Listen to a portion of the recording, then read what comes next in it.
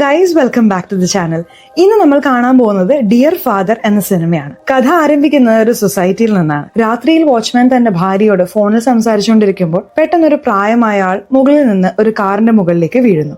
ഇത് സംഭവിച്ച ഉടൻ സൊസൈറ്റിയിൽ ആകെ പരിഭ്രാന്തി പടരുന്നു. വീണ ആ പ്രായമായ ആൾ യഥാർത്ഥത്തിൽ അജയ് എന്നൊരു വക്കീലിന്റെ അച്ഛനായിരുന്നു. അജയ് തന്റെ അച്ഛനും ഭാര്യ അൽക്കയ്ക്കുമൊപ്പം മുകളിലെ ഫ്ളാറ്റിലാണ് താമസിച്ചിരുന്നത്. അൽക്ക കോളേജിൽ മാത്സ് പഠിപ്പിക്കുന്ന ഒരു അധ്യാപികയാണ്. അവർ മാത്സിൽ PhDയും ഗോൾഡ് മെഡലും നേടിയിട്ടുണ്ട്. അപകടം നടന്നയുടൻ അജയും അൽക്കയും അദ്ദേഹത്തെ ഒരു ആംബുലൻസിൽ ആശുപത്രിയിലേക്ക് കൊണ്ടുപോകുന്നു. ഈ അപകടത്തെക്കുറിച്ച് അന്വേഷിക്കാൻ ഇൻസ്പെക്ടർ ജഡേജ എന്ന പോലീസ് ഉദ്യോഗസ്ഥൻ എത്തുന്നു. അജയുടെ അച്ഛൻ മനു ഇപ്പോൾ അപകടനില തരണം ചെയ്തിട്ടുണ്ടെങ്കിലും അദ്ദേഹത്തിന് ഇതുവരെ ബോധം തിരികെ വന്നിട്ടില്ല. അതിനാൽ ഒബ്സർവേഷനിൽ വെച്ചിരിക്കുകയാണ്. 2 ദിവസത്തിന് ശേഷം ജഡേജ നേരിട്ട് മനുവിനെ കുറിച്ച് ചോദിക്കാൻ അജയുടെ അടുത്തേക്ക് വരുന്നു. ജഡേജ അജയോട് ചോദിക്കുന്നുണ്ട്, ഏകദേശം 1 മാസം മുമ്പ്, അതായത് ജൂലൈ 5-ന് അർദ്ധരാത്രിയിൽ നിങ്ങളുടെ വീട്ടിൽ നിന്ന് വഴക്കിന്റെ ശബ്ദം കേട്ടതായി അയൽക്കാർ പറയുന്നുണ്ട്. അതേസമയം പോലീസ് സ്റ്റേഷനിലേക്ക് ഒരു കോൾ വന്നിരുന്നു. എന്തായിരുന്നു സംഭവം? അതിന് അജയ് മറുപടി നൽകുന്നു. അതെ, ഞങ്ങളാണ് പോലീസ് സ്റ്റേഷനിലേക്ക് വിളിച്ചത്. അന്ന് രാത്രി എന്റെ ഭാര്യ അൽക്ക രാത്രി 11 മണി കഴിഞ്ഞിട്ടും വീട്ടിൽ തിരിച്ചെത്താത്തതിനാൽ അച്ഛൻ മനു വളരെ ആശങ്കയിലായിരുന്നു. അദ്ദേഹം അൽക്കയുടെ സുഹൃത്തുക്കളെയും ബന്ധുക്കളെയും അയൽക്കാരെയും ഒക്കെ വിളിച്ച് അവൾ എവിടെയാണെന്ന് ചോദിച്ചുകൊണ്ടേയിരുന്നു. ആർക്കും ഒന്നും അറിയില്ലായിരുന്നു, കാരണം അൽക്കയുടെ ഫോൺ നോട്ട് റീച്ചബിൾ ആയിരുന്നു. അന്ന് അജയ് വീട്ടിലെത്തിയപ്പോൾ അച്ഛൻ തന്റെ ആശങ്ക പങ്കുവച്ചു. അതേസമയം തന്നെ അൽക്കയും വീട്ടിലെത്തി. കാര്യം ചോദിച്ചപ്പോൾ അവൾ പറഞ്ഞു, കോളേജിലെ മാത്സ് പരീക്ഷയുടെ ചോദ്യ പേപ്പർ ചോർന്നു, അതിനാൽ രണ്ടാമതൊരു പേപ്പർ തയ്യാറാക്കാൻ വൈകിയതാണ്. ഇത് പറഞ്ഞുകൊണ്ട് അൽക്ക തന്റെ സ്ഥിരം ജോലിയായ മനുവിന് ഇൻസുലിൻ കുത്തിവയ്ക്കുന്ന പ്രക്രിയയിലേക്ക് കടന്നു. എന്നാൽ മനു പറഞ്ഞു, ഞാൻ കോളേജിലേക്ക് വിളിച്ചിരുന്നു, നീ 8 മണിക്ക് അവിടെ നിന്ന് ഇറങ്ങി എന്നാണല്ലോ അവർ പറഞ്ഞത്. ഇതിന് മറുപടിയായി അൽക്ക പറയുന്നുണ്ട്, അല്ല, ഞാൻ പേപ്പർ തയ്യാറാക്കാൻ പ്രിന്റിംഗ് പ്രസ്സിലായിരുന്നു. ഞാൻ 7 മണിക്ക് 6 കോളുകൾ ചെയ്തിരുന്നു. 8 മണിക്ക് ലാൻഡ് ലൈൻ തുടർച്ചയായി തിരക്കിലായിരുന്നു. അപ്പോൾ മനുവിന് ഓർമ്മ വന്നു, അതെ, ഞാൻ ആ സമയത്ത് താഴേക്ക് പോയിരുന്നു. ലാൻഡ് ലൈൻ തിരക്കിലായിരുന്നതിന്റെ കാരണം മനു അൽക്കയെ കുറിച്ച് ചോദിക്കാൻ ബന്ധുക്കളെയും സുഹൃത്തുക്കളെയും വിളിച്ചുകൊണ്ടിരിക്കുന്നതായിരുന്നു എന്നതാണ്. അതുകൊണ്ട് തന്നെ മനു വിളിച്ച ആളുകളെല്ലാം അൽക്ക വീട്ടിലെത്തിയോ എന്ന് ചോദിച്ച് തിരികെ വിളിക്കാൻ തുടങ്ങി. ഇതിന്റെ പേരിൽ മൂവരും തമ്മിൽ വഴക്കുണ്ടായി. അജയ് അച്ഛനോട് പറയുന്നുണ്ട്, ഇനി നിങ്ങൾ ലാൻഡ് ലൈനിൽ നിന്ന് ഏതെങ്കിലും ബന്ധുവിനെ വിളിച്ചാൽ ഞാൻ അത് എടുത്തു മാറ്റും. ഗൈസ്, ഒരു കാര്യം പറയാൻ മറന്നുപോയി. ഇൻസ്പെക്ടർ ജഡേജയും അജയുടെ അച്ഛൻ മനുവും തമ്മിൽ നിങ്ങൾക്ക് ആശയക്കുഴപ്പം തോന്നരുത്. കാരണം ഈ 2 റോളുകളും ചെയ്തിരിക്കുന്നത് പരേഷ് റാവലാണ്. അതായത് അദ്ദേഹത്തിന് ഇരട്ടവേഷമാണ്. എന്നാൽ ഈ 2 കഥാപാത്രങ്ങളും തികച്ചും വ്യത്യസ്തരാണ്. ഈ വിവരങ്ങൾ അറിഞ്ഞ ശേഷം ജഡേജ അൽക്കയെ കാണാൻ കോളേജിലേക്ക് പോകുന്നു. അദ്ദേഹം പറയുന്നുണ്ട്, നിങ്ങളും നിങ്ങളുടെ ഭർത്താവും ബന്ധുക്കളുമായി സംസാരിക്കുന്നത് പൂർണ്ണമായും നിർത്തിയെന്ന് എനിക്കറിയാം. എന്തായാലും ഈ കാര്യം അദ്ദേഹത്തെ അലട്ടുന്നുണ്ടായില്ല. കാരണം തന്റെ ഏകാന്തത മറികടക്കാൻ അദ്ദേഹം മറ്റെന്തെങ്കിലും കണ്ടെത്തിയിട്ടുണ്ടാവും. അൽക്ക പറയുന്നു, അതെ, എന്റെ അമ്മായച്ചൻ അത്ര എളുപ്പത്തിൽ അടങ്ങുന്ന ആളല്ല. അദ്ദേഹം ബന്ധുക്കളെ വിളിക്കുന്നത് നിർത്തി. പക്ഷെ ഇപ്പോൾ പത്രത്തിൽ വരുന്ന മരണവാർത്തകളിലെ അനുശോചന സന്ദേശങ്ങളിൽ കാണുന്ന നമ്പറുകളിലേക്ക് വിളിച്ച് ആവശ്യമില്ലാത്ത കാര്യങ്ങൾ സംസാരിച്ചുകൊണ്ടേയിരിക്കും. ഇത് കേട്ട് ജഡേജ ഒരുപാട് ചിരിക്കുന്നു. പോകുന്നതിന് മുമ്പ് അദ്ദേഹം പറയുന്നുണ്ട്, ഇനി എന്തെങ്കിലും ചോദിക്കാനുണ്ടെങ്കിൽ ഞാൻ വരാം. അൽക്ക സമ്മതിക്കുന്നു. പോകുമ്പോൾ ജഡേജ ഒരു വാചകം കൂടി പറയുന്നുണ്ട്, ഒരേപോലെയുള്ള ദുഃഖങ്ങളുള്ളവരുടെ മുഖങ്ങൾ പലപ്പോഴും ഒരേപോലെ ആയിരിക്കും. ഈ പറഞ്ഞതിന്റെ അർത്ഥം എന്താണെന്ന് നമുക്ക് സിനിമയിൽ പിന്നീട് മനസ്സിലാവും. ജഡേജ കൂടുതൽ അന്വേഷണങ്ങൾ നടത്തുകയും ചില തെളിവുകൾ കണ്ടെത്തുകയും ചെയ്യുന്നു. ഒരിക്കൽ കൂടി അദ്ദേഹം അജയെയും അൽക്കയും കാണാൻ ചെല്ലുന്നുണ്ട്. ഇത് അവർക്ക് ഇഷ്ടപ്പെടുന്നില്ലെങ്കിലും അവർക്ക് ജഡേജയുടെ ചോദ്യങ്ങൾക്ക് ഉത്തരം നൽകേണ്ടി വരുന്നു. ജഡേജ ചോദിക്കുന്നുണ്ട്, നിങ്ങൾ അച്ഛനുമായി ഒരു റിസോർട്ടിൽ പോയിരുന്നു എന്ന് ഞാൻ അറിഞ്ഞിരുന്നു. അവിടെ എന്താണ് സംഭവിച്ചത്? അൽക്ക പറയുന്നുണ്ട്, ഞങ്ങൾ അച്ഛനോട് ഒരു ലിസ്റ്റ് തയ്യാറാക്കാൻ പറഞ്ഞിരുന്നു. ഞങ്ങളോടുള്ള അദ്ദേഹത്തിന്റെ എല്ലാ പ്രശ്നങ്ങളും ആ ലിസ്റ്റിൽ എഴുതാൻ പറഞ്ഞു. അതുവഴി ആ പ്രശ്നങ്ങളെ കുറിച്ച് സംസാരിക്കാമല്ലോ. അതിനാണ് ഞങ്ങൾ അച്ഛനുമായി റിസോർട്ടിൽ പോയത്. അജയുടെ അച്ഛന് അവരെ കുറിച്ച് ഒരുപാട് പരാതികൾ ഉണ്ടായിരുന്നു. ഉദാഹരണത്തിന് അജയും അൽക്കയും വസ്ത്രങ്ങൾക്കും മറ്റു സാധനങ്ങൾക്കും അനാവശ്യമായി പണം ചെലവഴിക്കുന്നു എന്നായിരുന്നു ഒരു പരാതി. ഇതിന് അൽക്ക മറുപടി നൽകി, അത് ഞങ്ങളുടെ പണമാണ്, ഞങ്ങൾക്ക് ഇഷ്ടമുള്ളത് ഞങ്ങൾ ചെയ്യും, നിങ്ങളാരാണ് ചോദിക്കാൻ. റിസോർട്ടിൽ വെച്ച് ഒരു ദിവസം അജയുടെ അച്ഛൻ അൽക്കയെ ഒരു സ്വിം സ്യൂട്ടിൽ കണ്ടു. തന്റെ മരുമകൾ എല്ലാവരുടെയും മുന്നിൽ ഇങ്ങനെ നടക്കുന്നത് അദ്ദേഹത്തിന് നാണക്കേടുണ്ടാക്കി. ഇതേ ചൊല്ലി അച്ഛനും അൽക്കയും തമ്മിൽ വഴക്കുണ്ടായി. ഇതാണ് റിസോർട്ടിൽ സംഭവിച്ചത്. തുടർന്ന് ജഡേജ ചോദിക്കുന്നുണ്ട്, റിസോർട്ടിൽ നിന്ന് മടങ്ങിയെത്തിയ ശേഷം എന്താണ് സംഭവിച്ചത്? ഇതിനുശേഷം ഒരു ഫ്ലാഷ് ബാക്ക് കാണിക്കുന്നുണ്ട്.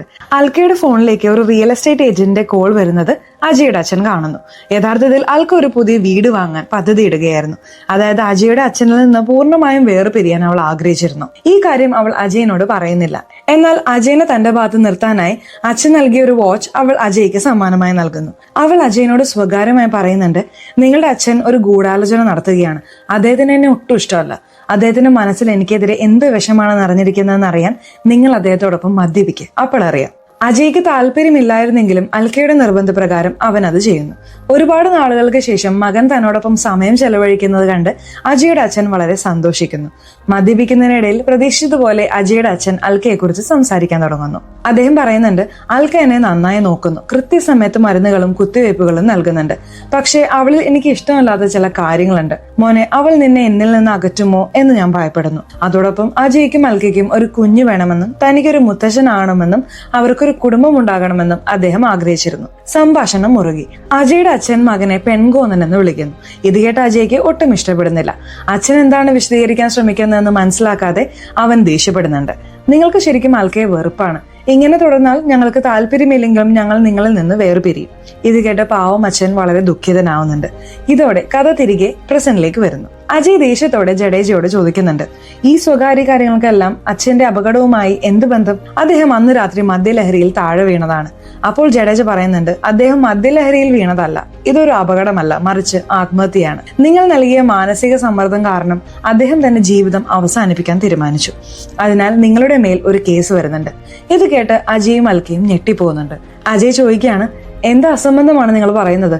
നിങ്ങളുടെ കയ്യിൽ എന്തെങ്കിലും തെളിവുണ്ടോ? ജഡേജ പറയുന്നുണ്ട്, നിങ്ങളുടെ അച്ഛൻ തനിയെ വീണതാണെങ്കിൽ കുറച്ചപ്പുറം മാറി വീഴുമായിരുന്നു. കാറിന് മുകളിൽ വീഴാതിരിക്കാൻ ശ്രമിക്കുമായിരുന്നു. എന്നാൽ അദ്ദേഹം ഒരു സ്റ്റൂൾ വെച്ച് അതിന് മുകളിൽ കയറി ചാടിയത് കൊണ്ടാണ് കൃത്യമായി കാറിന് മുകളിൽ തന്നെ വീണത്. ഈ സമയത്ത് അജയ്ക്ക് ആശുപത്രിയിൽ നിന്ന് ഒരു കോൾ വരുന്നു. അച്ഛന്റെ നില അതീവ ഗുരുതരമാണെന്ന്. അവസാന കുറച്ച് ദിവസങ്ങളായി അച്ഛന്റെ വിചിത്രമായ പെരുമാറ്റങ്ങൾ, അതായത് വായിച്ചിരുന്ന മാസികകൾ നിർത്തിയത്, മരുന്നുകൾ തിരികെ നൽകിയത് മുതലായവ ഓർത്തപ്പോൾ അച്ഛൻ ആത്മഹത്യ ചെയ്തതാണെന്ന് അജയും വിശ്വസിക്കാൻ തുടങ്ങുന്നു. അജയും അൽക്കയും മനുവിനെ കാണാൻ ആശുപത്രിയിലേക്ക് പോകുന്നു. ശേഷം അജയ് തന്റെ വക്കീലായ സുഹൃത്തിനെ കാണുന്നു. സുഹൃത്ത് പറയുന്നുണ്ട്, ഇതൊരു ആത്മഹത്യയാണെന്ന് ജഡേജ തെളിയിച്ചാൽ നിങ്ങൾക്ക് വലിയ പ്രശ്നമാവും. അവർ സംസാരിച്ചുകൊണ്ടിരിക്കുമ്പോൾ ഒരു പോലീസുകാരൻ വന്ന് സാർ പോലീസ് സ്റ്റേഷനിലേക്ക് വിളിപ്പിച്ചിട്ടുണ്ട് എന്ന് പറയുന്നു. ഭയത്തോടെ ഭാര്യ ഭർത്താക്കന്മാർ വക്കീലിനോടൊപ്പം പോലീസ് സ്റ്റേഷനിലേക്ക് പോകുന്നു. അവിടെ ജഡേജ വക്കീലിനെ പുറത്താക്കി പറയുന്നു, ഇവർക്കെതിരെ കുറ്റം ചമത്തുമ്പോൾ മാത്രം നിങ്ങൾ വന്നാൽ മതി. അയാൾ പോയ ശേഷം ജഡേജ അജയനോട് പറയുന്നുണ്ട്, ആത്മഹത്യയുടെ കാര്യം ശരിയല്ലായിരുന്നു. അച്ഛൻ ആത്മഹത്യ ചെയ്തു എന്നറിഞ്ഞാൽ ഒരു മകൻ തകർന്നു പോകുമോ ഇല്ലയോ എന്ന് കാണാൻ വേണ്ടിയായിരുന്നു ഞാനത് പറഞ്ഞത്. പക്ഷെ നീ ശരിക്കും ഉരുക്ക് കൊണ്ടുണ്ടാക്കിയവനാണ്. ഇത് കേട്ട് അജയ് പൊട്ടിത്തെറിക്കുന്നു. നിങ്ങൾക്ക് ഭ്രാന്തായോ? ഈ കാര്യം പറയാനാണോ എന്നെ പോലീസ് സ്റ്റേഷനിലേക്ക് വിളിപ്പിച്ചത് എന്ന് ചോദിച്ച് അവൻ അവിടെ നിന്ന് പോകുന്നു. എന്നാൽ അടുത്ത ദിവസം ജഡേജ വീണ്ടും അജയുടെയും അൽക്കയുടെയും വീട്ടിലേക്ക് വരുന്നുണ്ട്. കാരണം അന്വേഷണം പൂർത്തിയായിട്ടില്ലായിരുന്നു. അജയ് ദേഷ്യത്തോടെ ഇനി എന്തു പറ്റി എന്ന് ചോദിക്കുന്നു. ജഡേജ പറയുന്നുണ്ട്, ഇത് ആത്മഹത്യയല്ല, കൊലപാതകമാണ്. ഇത് ഒന്നുകിൽ നിങ്ങൾ രണ്ടുപേരും ചേർന്നോ അല്ലെങ്കിൽ നിങ്ങളിൽ ഒരാളോ ആണ് ചെയ്തത്. അതിനാൽ എനിക്ക് കുറച്ചുകൂടി ചോദ്യങ്ങൾ ചോദിക്കാനുണ്ട്. ഇത് കേട്ട് ഭാര്യ ഭർത്താക്കന്മാരുടെ നില കൂടുതൽ വഷളാകുന്നു. ജഡേജ ആദ്യം അൽക്കയെ ചോദ്യം ചെയ്യുന്നുണ്ട്. ഈ സംഭവം നടന്ന ദിവസം നിങ്ങൾ എവിടെയായിരുന്നു? അൽക്ക പറയുന്നുണ്ട്, അന്ന് ഞങ്ങളുടെ വിവാഹ വാർഷികമായിരുന്നു. ഞാനും അജയും അച്ഛനെ ഉച്ചഭക്ഷണത്തിന് കൊണ്ടുപോയിരുന്നു. വീട്ടിൽ തിരിച്ചെത്തിയപ്പോൾ അച്ഛൻ ഇവിടെ ഇരിക്കുകയായിരുന്നു. ഞാൻ വന്നയുടൻ അദ്ദേഹത്തിന് ഇൻസുലിൻ കുത്തിവയ്പ് നൽകി. അതിനുശേഷം എന്റെ മുറിയിൽ ഉറങ്ങാൻ പോയി. അപ്പോൾ അച്ഛൻ ഇവിടെ ഇരുന്ന് മദ്യപിക്കുകയായിരുന്നു. ജഡേജ ചോദിക്കുന്നു, ഏത് കയ്യിലാണ് നിങ്ങൾ ഇൻസുലിൻ കുത്തിവെച്ചത്? അൽക്ക പറയുന്നുണ്ട്, ഇടത് കൈയിൽ. അപ്പോൾ ജഡേജ പറയുന്നുണ്ട്, പക്ഷെ ആശുപത്രിയിൽ പ്രവേശിച്ചപ്പോൾ അദ്ദേഹത്തിന്റെ വലത് കൈയിലെ ഞരമ്പിലാണ് കുത്തിവയ്പ്പിന്റെ പാടുണ്ടായിരുന്നത്. നിങ്ങൾ എവിടെ നിന്നാണ് ആ കുത്തിവയ്പ് വാങ്ങിയത്? അൽക്ക പറയുന്നു, വീടിനടുത്തുള്ള മെഡിക്കൽ ഷോപ്പിൽ നിന്ന്. അപ്പോൾ ജഡേജ മറ്റൊരു കുത്തിവയ്പ് കുപ്പി കാണിച്ച് ചോദിക്കുന്നു, ഇത് നിങ്ങൾ മെഡിക്കൽ ഷോപ്പിൽ നിന്ന് വാങ്ങിയതാണോ അതോ മറ്റെവിടെ നിന്നെങ്കിലും വാങ്ങിയതാണോ? ഇത് നിങ്ങൾ നിങ്ങളുടെ കോളേജിന് അടുത്തുള്ള മെഡിക്കൽ ഷോപ്പിൽ നിന്നാണ് വാങ്ങിയത്. അൽക്ക സമ്മതിക്കുന്നു, അതെ, അച്ഛനാണ് അങ്ങനെ ചെയ്യാൻ പറഞ്ഞത്. ജഡേജ ചോദിക്കുന്നുണ്ട്, നിങ്ങൾ ഒരു 12 മില്ലി സിറിഞ്ചും വാങ്ങിയിരുന്നല്ലോ. അൽക്ക പറയുന്നു, അത് അവിടെ ഇരിക്കുന്നത് കണ്ട് അച്ഛൻ അലമാരയിൽ വെക്കാൻ പറഞ്ഞു, ഞാൻ വെച്ചു. ജഡേജ അൽക്കയെ കളിയാക്കി തന്റെ സിദ്ധാന്തം അവതരിപ്പിക്കുന്നു. നീ മറ്റൊരു സ്ഥലത്ത് നിന്ന് ഈ കുത്തിവെപ്പ് വാങ്ങിയിട്ട് വീട്ടിലെത്തിയുടൻ അമ്മ അച്ഛന് നൽകി. എന്നിട്ട് അദ്ദേഹത്തെ ബാൽക്കണിയിലേക്ക് കൊണ്ടുപോയി താഴേക്ക് തള്ളിയിട്ടു. നിനക്ക് മറ്റൊരു ഫ്ലാറ്റ് വാങ്ങി സുഖമായി ജീവിക്കാനായിരുന്നു ഈ ക്രൂരത ചെയ്തത്. ഈ വീട് അമ്മായച്ഛന്റെ പേരിലായതുകൊണ്ട് അദ്ദേഹത്തെ ഇല്ലാതാക്കാൻ നീ തീരുമാനിച്ചു. അദ്ദേഹത്തിന്റെ മരണശേഷം വീട് നിന്റെ ഭർത്താവിന്റെ പേരിലാകും. അത് വിറ്റ് മറ്റൊരു ഫ്ലാറ്റ് വാങ്ങാനായിരുന്നു നിന്റെ പദ്ധതി. ഇൻസ്പെക്ടർ അൽക്കയെ മുറിക്കുള്ളിലേക്ക് കൊണ്ടുപോയി സംസാരിച്ച് പുറത്തു വന്ന് ഫോണിൽ ആരോടോ പറയുന്നു, വേഗം അൽക്കയുടെ പേരിൽ ഒരു വാറണ്ട് തയ്യാറാക്ക്. ജഡേജ അജയനോട് പറയുന്നു. അൽക്ക കുറ്റം സമ്മതിച്ചിരിക്കുന്നു. ഇതെല്ലാം കണ്ട് അജയ് ഉടൻ തന്റെ സുഹൃത്തിനെ വിളിച്ച് കമ്മീഷണറുമായി സംസാരിക്കാൻ ആവശ്യപ്പെടുന്നു. അവൻ ജഡേജയോട് സംസാരിച്ച് അൽക്കയുടെ പേര് ഈ കേസിൽ നിന്ന് ഒഴിവാക്കാൻ 20 ലക്ഷം രൂപ വരെ വാഗ്ദാനം ചെയ്യുന്നു. ജഡേജ പറയുന്നുണ്ട്, നിന്റെ ഭാര്യ അച്ഛനെ കൊന്നു എന്നതിന് തെളിവുണ്ടായിട്ടും നീ അവളെ രക്ഷിക്കാൻ എല്ലാം നൽകാൻ തയ്യാറാണ്. എന്നാൽ നിന്റെ അച്ഛൻ നിന്റെ ഭാര്യയെ കൊന്നിരുന്നുവെങ്കിൽ നീ അദ്ദേഹത്തെ രക്ഷിക്കാൻ ശ്രമിക്കുമായിരുന്നോ? ഒരിക്കലുമില്ല. അൽക്കയെ രക്ഷിക്കാൻ ഒരു വഴിയുണ്ട്. നിന്റെ അച്ഛന്റെ മരണത്തിന്റെ കുറ്റം നീ ഏറ്റെടുത്താൽ മതി. ഇതിനിടയിൽ അൽക്ക പുറത്തു വരുന്നു. അജയ് ചോദിക്കുന്നുണ്ട്, നീ കുറ്റം സമ്മതിച്ചോ? അവൾ ആശയക്കുഴപ്പത്തോടെ പറയുന്നു, ഞാൻ എന്ത് കുറ്റമാണ് സമ്മതിച്ചത്? എന്നോട് കുറച്ചു നേരം അകത്തിരിക്കാനാണ് ഇൻസ്പെക്ടർ സാർ പറഞ്ഞത്. ഇത് കേട്ടയുടൻ അജയ് ജഡേജയോട് ദേഷ്യപ്പെടുന്നു. അപ്പോൾ ജഡേജ ഒരു മടക്കിയ കടലാസ് കാണിച്ചു പറയുന്നു, ഇതാണ് നിന്റെ അറസ്റ്റ് വാറന്റ്.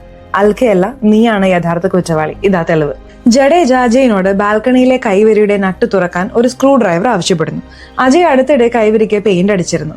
ജഡേജ പറയുന്നുണ്ട്, നീ അന്ന് രാത്രി നേരത്തെ തന്നെ കൈവരിയുടെ നട്ട് അഴിച്ചിരുന്നു. പക്ഷെ നീയും അൽക്കയും വീട്ടിൽ വന്നപ്പോൾ അച്ഛൻ സോഫയിൽ ഇരിക്കുകയായിരുന്നു. അദ്ദേഹം നിന്റെ കെണിയിൽ വീണില്ല.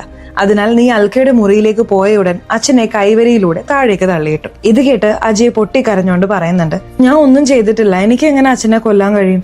ഭാര്യ ഭർത്താക്കന്മാർ വിഷമിക്കുന്നത് കണ്ട് ജഡേജ ഉറക്കിച്ചിരിക്കുന്നു. അദ്ദേഹം പറയുന്നു, പേടിക്കണ്ട, അങ്ങനെയൊന്നും സംഭവിച്ചിട്ടില്ല, അതൊരു അപകടമായിരുന്നു. നിങ്ങൾ ഒരു തെറ്റുമില്ലാതെ നിങ്ങളുടെ അച്ഛനെ പീഡിപ്പിച്ചതുപോലെ അതേ വേദന നിങ്ങളെയും അനുഭവിപ്പിക്കാനാണ് ഞാൻ ആഗ്രഹിച്ചത്.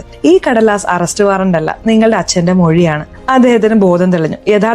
യഥാർത്ഥത്തിൽ അന്ന് രാത്രി കൈവരിയുടെ സ്ക്രൂ കുറച്ച് അയഞ്ഞിരുന്നു.